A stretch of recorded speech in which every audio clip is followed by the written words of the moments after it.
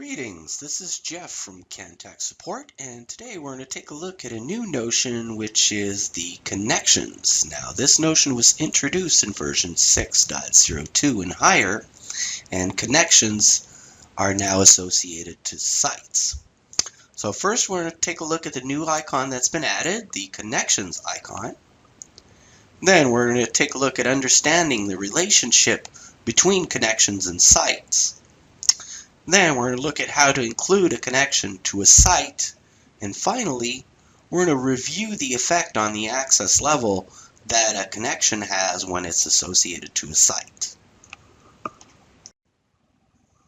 Alright, so let's start with the new icon that's been added, the connections icon.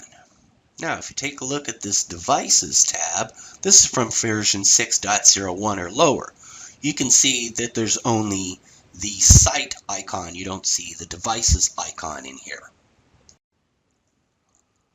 But now, if we move to version 6.02 or higher, and we start by going to the operations tab, you can see that site is now site and connection. And if you go to the devices tab, you'll see that there's now site and there's now a connection icon. Okay, now understanding the relationship between connections and site. As you can see on the left side, this is version 6.01 and below. Each site was created separately, so if you had 3 separate sites, you would have to create 3 separate access levels.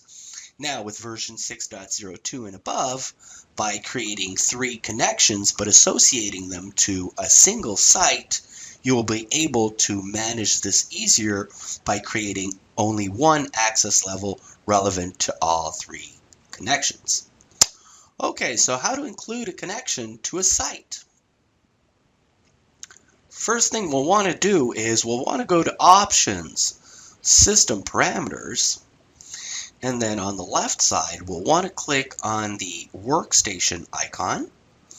And now you can see that there's either prompt, mandatory, or manually. By default, it's manually, meaning that it's never going to associate a connection to a site. So we're going to select prompt so that it prompts us to do it. So now, if we go to Devices Site, as you can see, there's no site currently, but we're going to create a new one. Let's call it Your Business. And then same thing in French, and then we're going to go ahead and save. Now, once the site has been created, we're going to be able to create some connections and associate them to the site. So let's do it. Let's go to Devices Connections. Now I'm going to change the gateway from my multi-site gateway because this doesn't apply for a global gateway. So let's create a connection. We're going to call it Building A. And then when we save, you see that it prompts us if we want to include this connection to a site. So we're going to say yes, and then we're going to associate to the Your Business site. And now I will create another connection. Call it Building B. And then you'll see, once again, as we save, it's going to prompt us to add it to a site. We're going to select Your Business again. And finally, we're going to create a third connection, and we're going to call it Guard Booth. And once again, when we save, it's going to prompt us if we want to associate this to a site, and we'll say yes, and we will associate it to Your Business. Alright, so now we're ready to take a look at the access levels and how this affects the access levels. So first of all, if we go to Devices and then Connections, and I select the multi-site gateway, you'll see that there is a new connection in there, Boston location, that was not added to the site Your Business. So let's go back to sites, and if I select your business, you can see there's building A, building B, and the guard booth associated. But the Boston location is not there. So now let's go to users, access level, and take a look at the access levels. Now, when we select the site, gateway, or connection, you see there's the global gateway, the Boston location, and your business.